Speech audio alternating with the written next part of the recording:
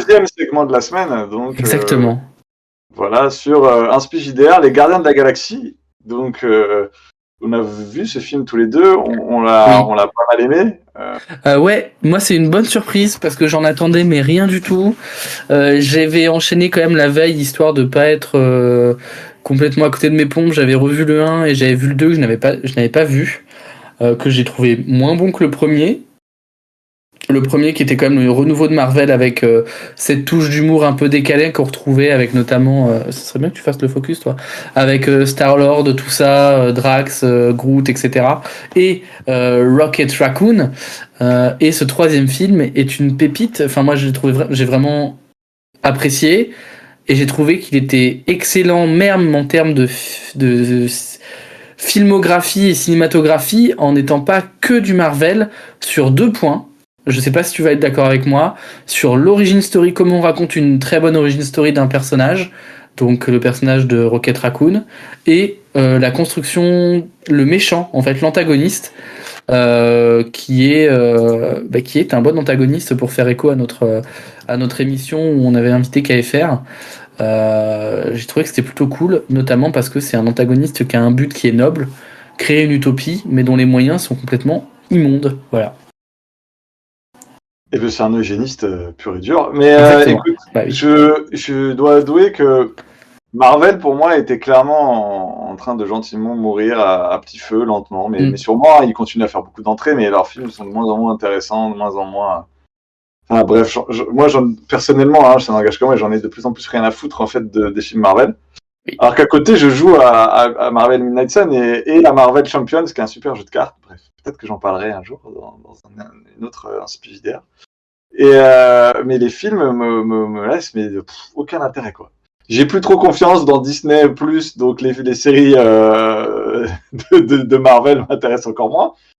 Mais j'y suis allé pourquoi ? Parce que James Gunn, en fait. Et pour le coup, j'y suis allé vraiment en tant que personne qui aime le cinéma et qui y va pour un réalisateur. Donc déjà, c'est quand même rare dans un Marvel de dire j'y vais parce que le réalisateur, pour moi, a quelque chose à proposer. Et clairement, quand je suis allé voir, je rejoins ce que tu dis, j'avais pas l'impression de voir un énième épisode de Marvel qui est entrecalé, qui est le chapitre X entre le chapitre X-1 et X+1, qui est en gros juste un filler entre l'épisode d'avant et l'épisode d'après.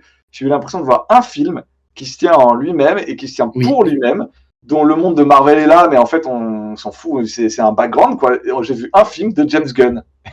Et juste pour ça, j'étais très content parce que j'ai vu un film qui se tient en lui-même. Alors, c'est une trilogie, hein, c'est normal que tu voulais deux pour pouvoir comprendre celui-là. Donc, c'est une trilogie comme tout, et c'est un très bon troisième film. Et ça finit très bien cette trilogie. Et j'ai trouvé que James Gunn était un peu le MVP des films de super-héros, puisque quand il avait repris aussi sur DC Comics, il avait repris la série Suicide Squad. Le premier était un peu un gros nanar, et le deuxième, j'ai trouvé très très très potable. Faut vraiment que je le vois du coup, parce que j'avais beaucoup d'appréhension. Tu peux pas, il y a tous les couleurs, la réal, les cadres, tu peux pas te tromper, c'est un James Gunn, quoi. Et j'ai trouvé ça très bien, et donc je sais que DC a récupéré James Gunn et veut un peu sauver DC avec James Gunn, donc il va nous... J'irai certainement voir le film de James Gunn, chez DC ou ailleurs, je m'en fous. Et pour moi, c'est ce que tu aurais bien raconté une origin story, bien raconter un méchant, faire des personnages dont tu peux avoir de l'émotion avec, ou tu peux être touché par eux, etc. C'est pas exemple de défaut. Tu peux pointer des choses, c'est pas parfait, ça reste un film de super-héros. Il y a des trucs un peu niais, il y a des trucs un peu manichéens, ça reste dans l'univers de Marvel. Mais j'ai trouvé que c'était un film de réal et que James Gunn avait réussi à mettre sa patte, quoi. À mettre sa patte, et que y a aussi Coogler, celui qui fait les Black Panthers, qui a réussi à mettre sa patte un peu aussi. Sam Raimi a essayé avec son Doctor Strange, il a réussi à se glisser. Non, moi j'ai bien aimé le deuxième. Mais c'est parce que Sam Raimi, il a quand même réussi à faire son truc, mais bon, c'était naze. Putain, et ça a vieilli, Sam Raimi. Moi, je suis désolé, mais les fondus au noir en 2022, bon. Pour moi, c'est juste quand est-ce qu'on voit vivre un réalisateur. Moi, mon point, c'est quand est-ce que tu vois vivre un réalisateur et que c'est pas juste un yes man, si tu veux. Les Russo Brothers qui ont fait beaucoup de films Marvel, pour moi, si tu veux, ce qui m'a marqué le plus, moi, dans Taiki Waititi aussi, avec les Thor, qui a fait un peu son truc à lui et son univers, donc ils essayent un peu de mettre des auteurs, mais je trouve que James Gunn est celui qui a le mieux compris son truc parce qu'il aime ses personnages. Mm. J'ai cru savoir que, je sais plus dans quel film où il y a de Marvel où il y a un moment fugitivement les Gardiens de la Galaxie qui est pas dans le Thor de qui se croit. Il est crédité aussi en scénariste parce que tous les passages où il y a les Gardiens, c'est lui qui écrit les dialogues. Ah, d'accord. En gros, Marvel lui a donné le contrôle des Gardiens sur tous les épisodes où il y a, même hors épisode où il y a les Gardiens, pour qu'en gros, c'est une bonne décision, ça. Que ça soit qu'en gros, ça soit bien les Gardiens de James Gunn du début jusqu'à la fin. Okay. Et je reparlais des Russo Brothers. Moi, dans les Marvel, si tu veux me citer, est-ce qu'il y a une scène qui te reste dans ta tête des Marvel? La seule scène qui me reste dans ma tête avant le Gardien de la Galaxie 3, c'est la scène dans l'ascenseur avec Captain America, qui est un film des Russo Brothers, qui est la seule scène que je peux dire mémorable dans un Marvel, c'est celle où Captain America est tout seul dans un ascenseur. Oui. Moi, je trouve elle est mémorable, mais c'est pas la seule. Il y a la mort de Peter Parker. Ouais, don't feel so good. Mr. Stark, quoi? Bah si, puis, mais après. Tu sais qu'il va revenir. Non, parce que si tu ne te spoiles pas, tu ne sais pas. Moi, j'arrive à y aller avec cette candeur et à me protéger de tout ce qui est spoil. J'ai aussi, mais alors ça, c'est du fanservice absolu, mais le dernier Spider-Man où les trois arrivent en même temps, je suis en mode parce que pareil, je n'avais rien vu avant et j'étais trop content. Alors oui, c'est des scènes qui visuellement sont marquées. J'aime beaucoup la version de Tom Holland pour jouer Peter Parker, mais techniquement, d'un point de vue juste vraiment cinématographique, la scène que j'avais même revue plusieurs fois, je suis allé sur Internet la remater, c'est la mise en scène de la scène de baston dans l'ascenseur avec Captain America. C'est la seule scène qui m'avait vraiment laissé un souvenir fort dans tous les Marvel. T'aimes pas les gens en collant aussi, c'est pour ça. Et dans les Gardiens de la Galaxie, il y a il y en a plein, et il y a surtout une scène de baston dans un couloir qui est, je trouve, donc pour moi la meilleure scène de baston de tous les films Marvel qui a été réalisé par James Gunn, que j'ai kiffé, qui est trop bien faite, et où tu sens vraiment que t'as un mec qui a compris ces Gardiens de la Galaxie, qui a compris son Marvel, et qui, dans sa scène de baston... Pense à laquelle, du coup? Alors, attention, on va commencer à spoiler peut-être un peu.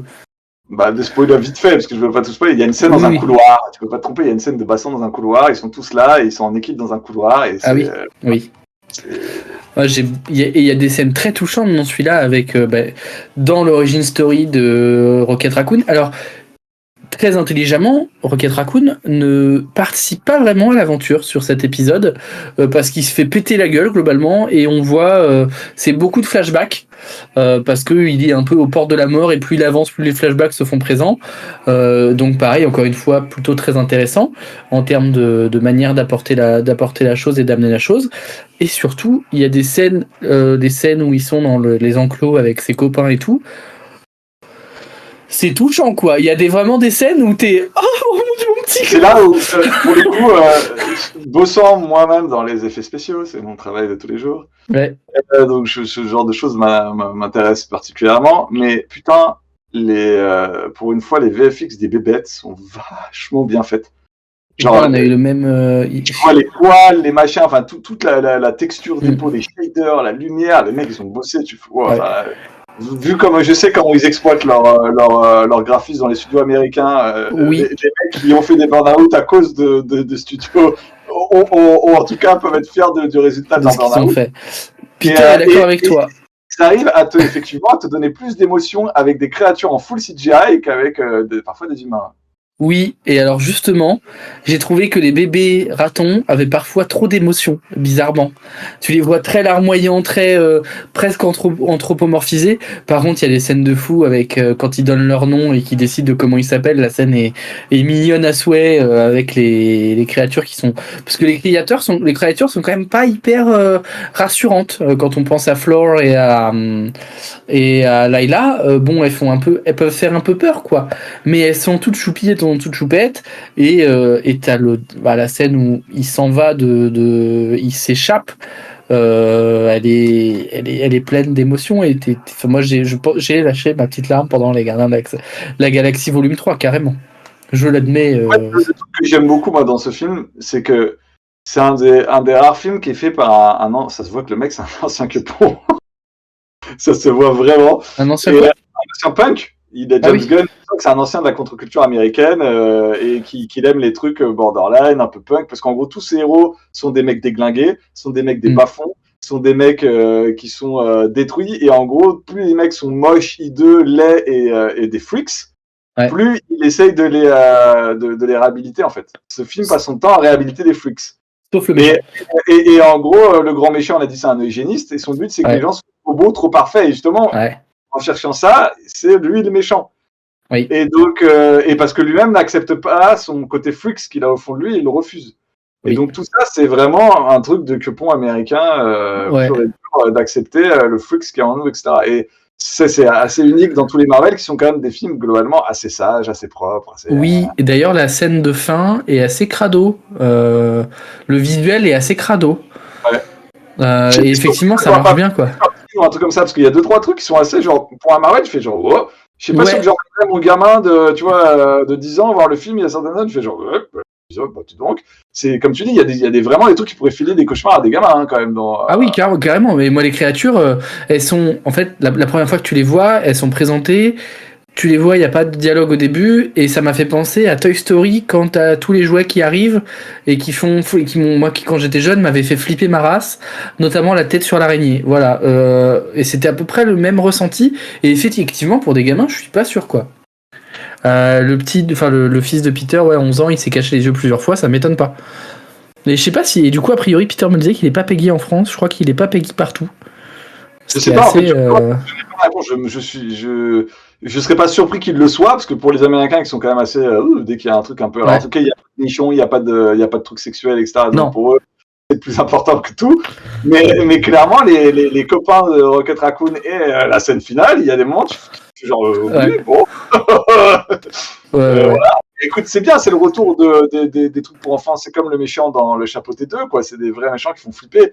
Moi, j'y suis allé avec mes deux de. J'ai pas vu Chapeauté 2. Qui est très très bien. Moi, j'ai pas vu Chapeauté 1, c'est pour ça. Très bien. Et j'étais avec mes deux gamins, un de 10, un de 5. Celui de 5, il a flippé, il a voulu quitter la salle quand il a vu Le Chapeauté 2, si tu veux. Oh merde. Tu vas rester, oui. On regarde le bon film jusqu'au bout. Parce que le méchant de Chapeauté 2, c'est un vrai méchant comme un autre, qui fait bien flipper. Et voilà, mais je pense que sans le côté gore, ça reste d'animation. Là, on est vraiment dans un truc où on est dans du gore, quoi. Quand tu vois, oui, il y a du visuel, il y a du visuel crado, ouais. Il y a aussi des petits personnages secondaires qui sont assez cool à suivre. Je pense à Cosmo notamment, que j'ai adoré, c'est le chien russe. Qui a une scène de fou aussi. Alors il y a vraiment des scènes très très cool, et même pour les seconds couteaux, ils font briller là l'autre là, qui était dans l'équipage de Yondu. C'est le frère de James Gunn. Je veux pas dire de bêtises, mais il me semble que l'acteur c'est le frère de James Gunn. Ok. Ils arrivent à le faire briller. Il y a vraiment des scènes bien pensées, et il y a pas de moment où il y a vraiment pas de moment où je me suis fait chier, où je me suis dit c'est bon, la dose d'humour là est un peu lourde. Je trouve que c'était très bien réglé, très bien dosé. Mais clairement, c'est pas fait par un yes man, c'est un mec qui a eu le droit à sa trilogie, qui a gardé ses personnages du début jusqu'à la fin. Et donc, il a réussi à mettre de l'émotion. Et ce qui est dans un Marvel, même dans les premiers Marvel, j'avais pas d'émotion, même si je trouve que certains Captain America sont très corrects, etc., pour plein de raisons, mais j'ai jamais vraiment d'émotion pour Captain America, pour Iron Man et compagnie, quoi, tu vois. Et tu peux avoir d'émotion pour Tom Holland parce que c'est Tom Holland et qu'il est tout choupi et que voilà, mais c'est Spider-Man. Mais donc, en tout cas, ça part. Belle réussite de la part de James Gunn qui confirme que c'est pour moi le MVP des réalisateurs de gros budget à super-héros. Ouais, et c'est cool, alors du coup c'est bien, le film est cool, machin, etc. Et on en fait quoi en jeu de rôle, parce que c'est quand même censé être une inspiration. C'est un truc jeune.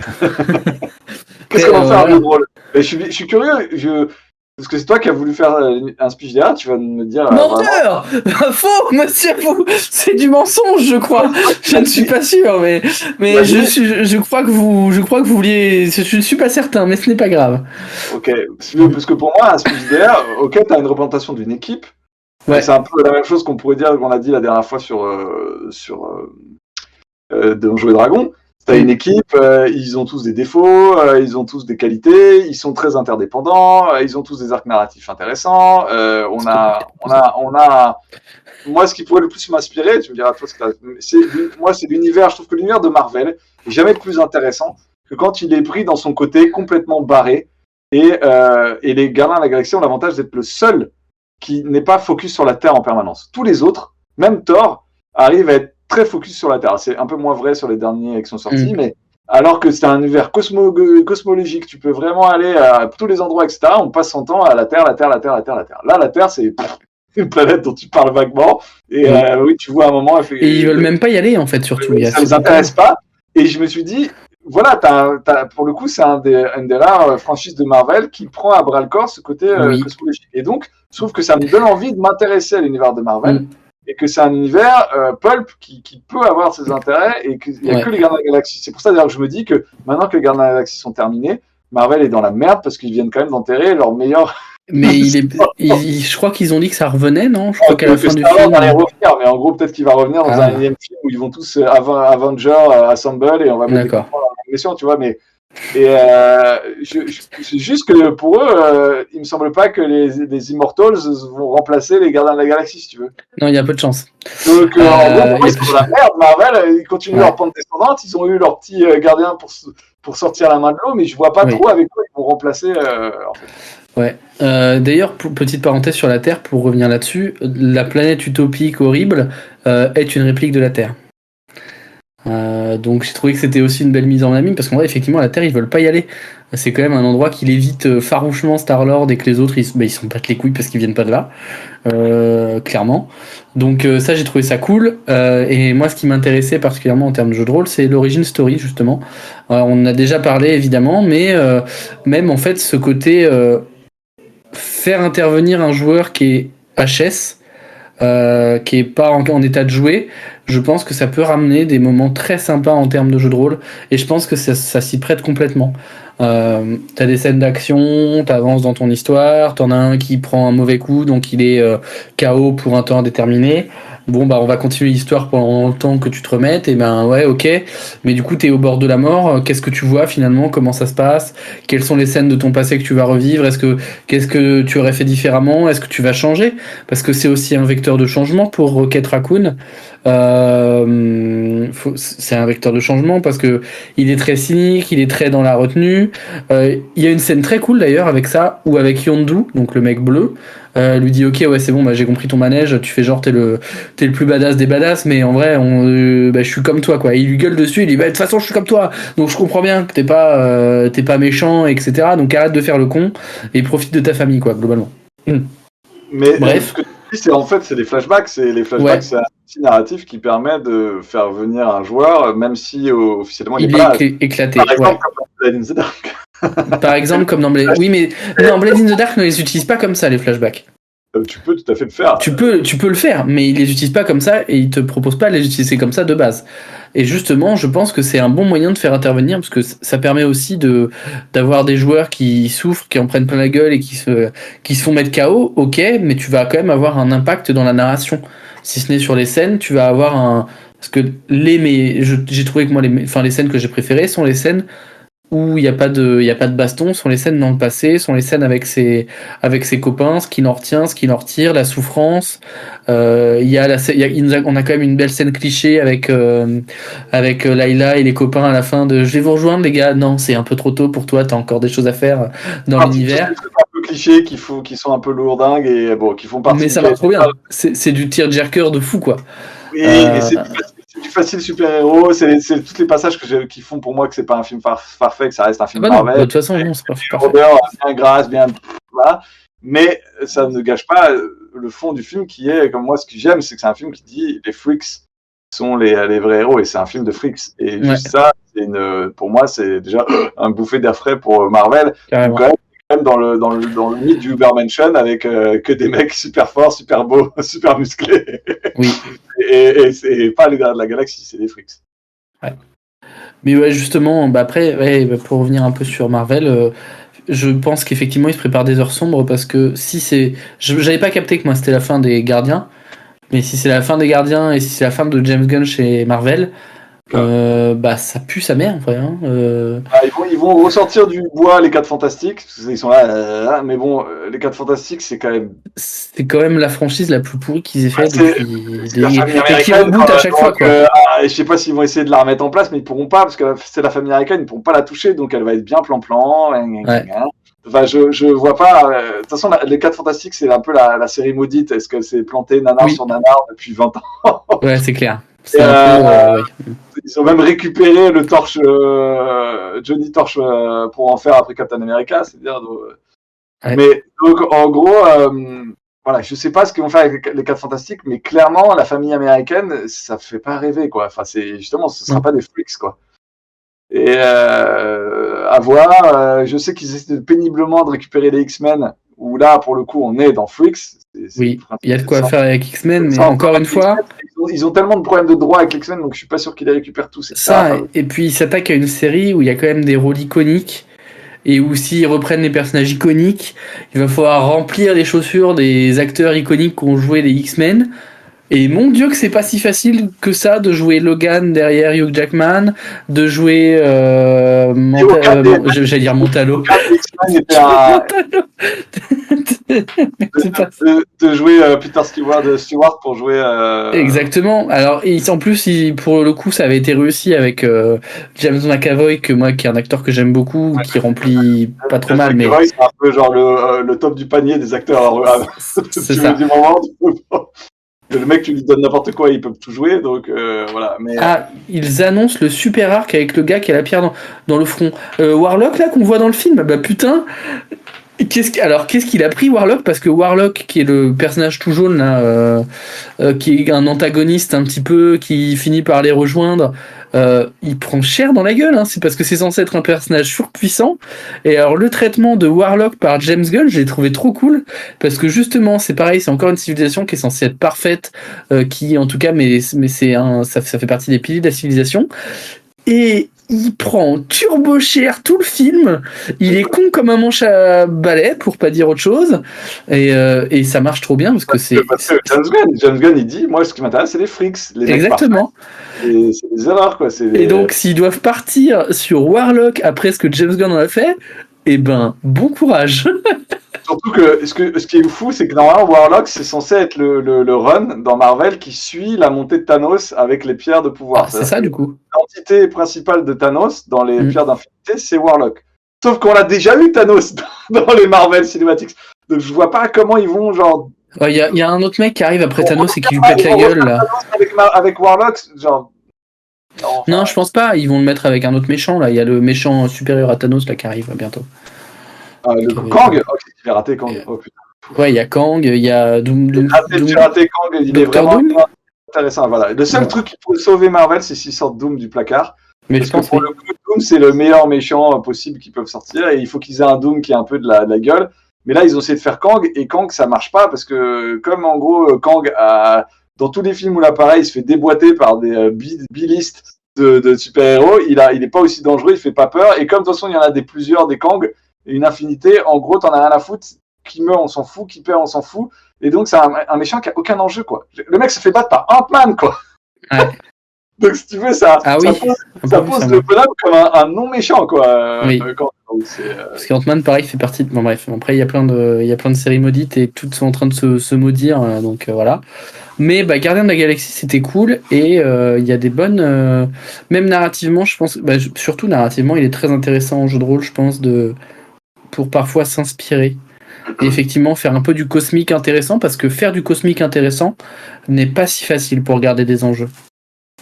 Et là, ça marche. Gardien de la Galaxie, l'univers Marvel qui est présenté, que je connais de loin. Moi, j'ai dû lire les Thanos quand j'avais 12-13 ans, quoi.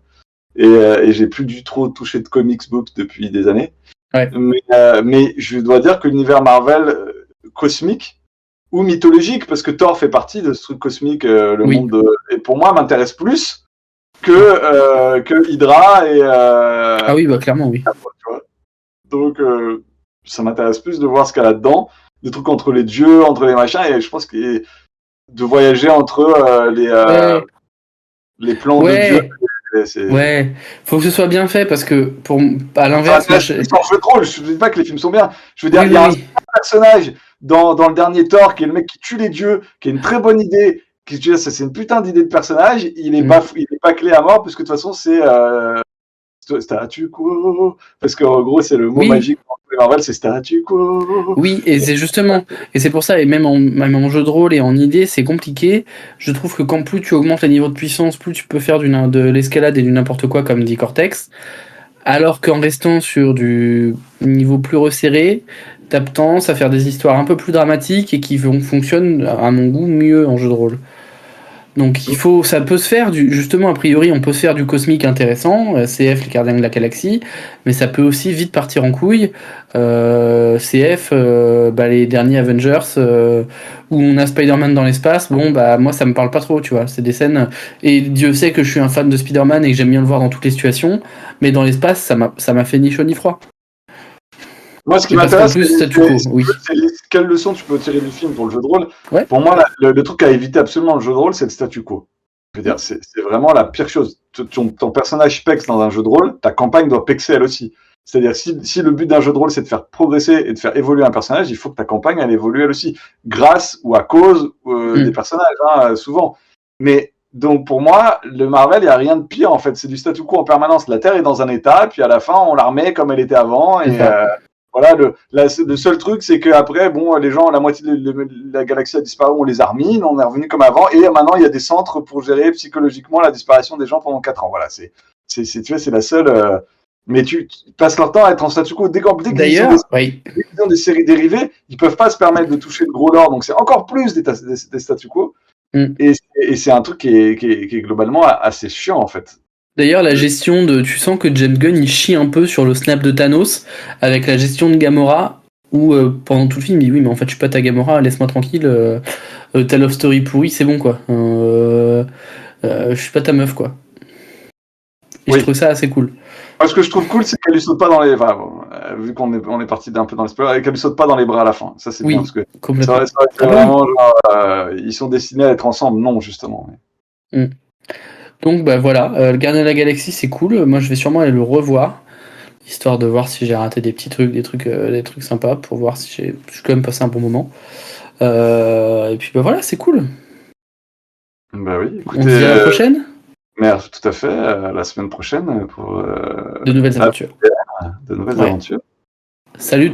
Salve.